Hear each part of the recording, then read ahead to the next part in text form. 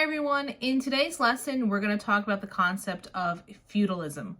We're going to look at how some different invasions from a few different groups caused turmoil and devastation and destruction in the beginning of the Middle Ages, and it leads us into this new political structure that I mentioned, feudalism. We're going to talk about how it sets up a structure of government and politics, the way in which social classes are developed in the Middle Ages, and it's also going to lead us into the manor system. So make sure you're in your interactive notebook and you're following along.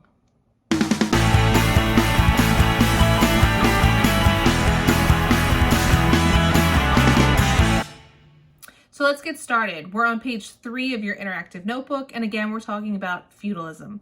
Let's start off with our essential question. What were the effects of developing feudalism in Europe? So let's first talk about some different invasions that were still taking place throughout Western Europe. You'll remember when we left off talking about Charlemagne, he does unite most of those Western European nomadic kingdoms, or those tribes, the Germanic tribes.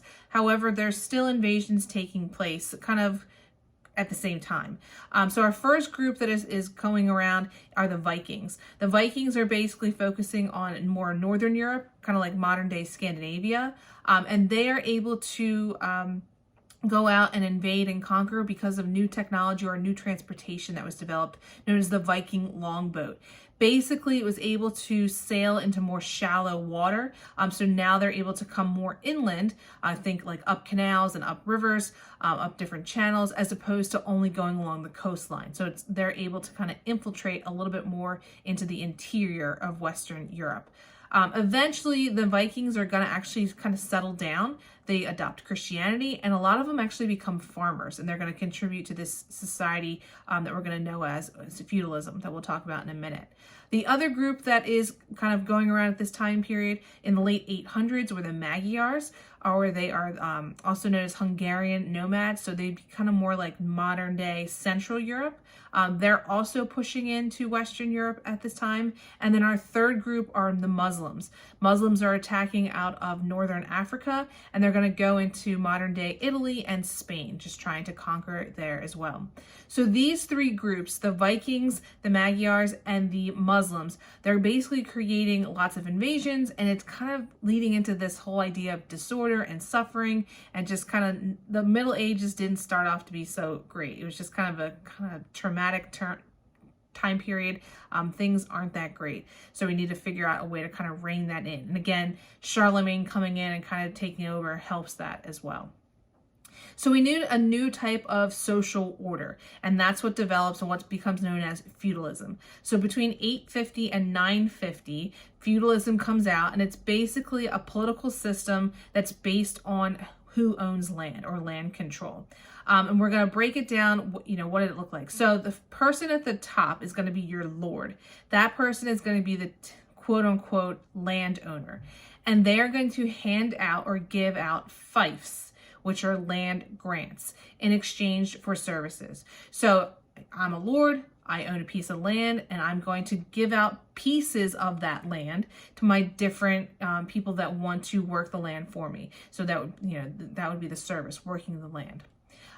People who receive the fiefs are going to be known as vassals, and they become very powerful landowners over time.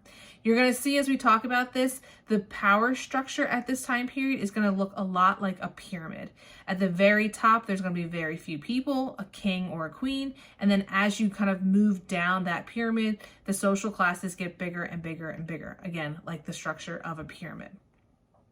Kings are going to be served by nobles and lords, who are also served, then below them are served by knights, and then below them are going to be peasants, or the working class. So again, it's a big political structure, which we'll look at. I think I have a slide on the next slide.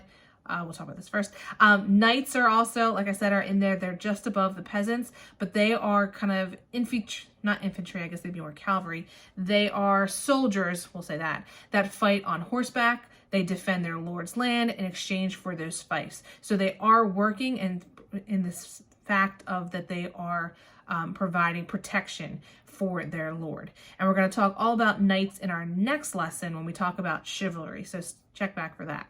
But here's a picture again of this kind of feudal pyramid that we said. Like I said, at the very top, you've got the king, and then as you move down, the church officials are also going to be up there, although I didn't mention them. But we have nobles, then we have knights, then we have the peasants. And it's just this system that, they kind of all feed off of each other. Going along with the social order, this basically classifies, the medieval feudal system basically classified people into one of three categories, or one of three social groups. The first would be those who fought. So nobles and knights are going to be people that are going out, protecting, serving their lord by protecting the land or fighting for the land. Then we have those who prayed, as we talked about those church officials. We mentioned monks in our previous episode. So monks, nuns, and the leaders of the church are going to be part of the feudal structure, as well as those who prayed. And then lastly, our third group are going to be those who worked. This is going to be the largest chunk of people, and they're known as the peasants. Pretty much most of the time, social classes during this time period are inherited or passed down from, father to son, or, throughout your family line. The majority of people at this time, like we said, thinking about that pyramid, how it's real big and fat on the bottom. So the majority of people are going to be peasants. As we move through time, there might be, sometimes people had the ability to work their way out of peasantdom or serfdom, as we're going to talk about here. Most peasants are serfs. Basically, a serf was a person who is lawfully bound to their place of birth. Sounds very similar to slavery, but they weren't technically slaves. But whatever they did produce is going to belong to their lord. We'll talk about in a future episode about how there was a potential for people to work their way out of serfdom. So they're not technically slaves, but it wasn't, not rainbow and cupcakes here. It's pretty close to, you don't own the land, you don't own what you produce, it all goes back to the Lord. So it wasn't like owning your own business or anything at this time. So that they're tied to this land, unfortunately. And again, it was, you're born into this. There's really no choice. You kind of had the luck of the draw. Like you're either born to the king and you're super lucky, or you're born more than likely to your parents who are peasants, and you're going to be a peasant as well. All right, lastly, we want to talk about where are these people living, and it becomes known as a manor. So the manor is going to be this large plot of land that's held, by that the Lord, and then they live all together, and it's all the pieces of land are all divvied up, and we'll see a picture of that in a minute. But peasants are in charge. They have to pay taxes. They have to, in order to use different services such as the mill and the bakery, in order to produce food. And they also have to pay these things called tithes to the priest or to the church. A tithe is a church tax, and it usually was equal to about 1/10 of a peasant's income. So not only are they not making much money, but they also have to pay money to the church. And the idea behind that was that if they paid money to the church, and we'll discuss this in a future episode when we look at the power of the church, but if you were paying money into the church, it was going to save you, and it was going to kind of help give you eternal lasting life and all that jazz. But we'll talk about that later. I'm getting ahead of myself. Serfs basically lived together in crammed cottages, dirt floors, straw for beds, not the best of lodging, because again, they are the poorest of the poor. They're at the bottom of the social structure, so they don't have really nice lodging. Basically, the daily grind, their daily routine would have been raising crops, raising livestock, feeding, clothing their family, just kind of, that was their day-to-day life. Life expectancy during this time was 35 years old, so I'd be dead. I'm 36 currently. And usually that was due to, just rigorous lifestyle, poor diet, illness, malnutrition, the plague, which we'll talk about soon. But 35 was pretty much, that's pretty meager. 35 is not a long lifetime. You might be thinking that right now at 15 and 16, like, 35 is old. But 35 is, generally speaking, pretty young. But it was kind of accepted by serfs that 35 was it, and if I am to die, that's part of God's plan or God's journey for me.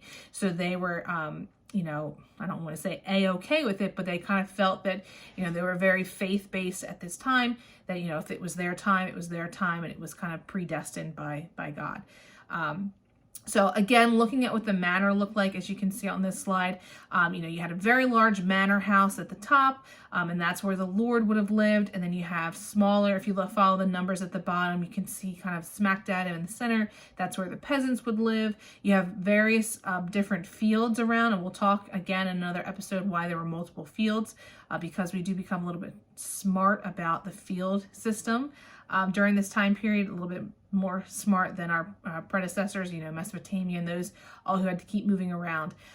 But you can see, it's like a little town almost, but it's all run by the same community.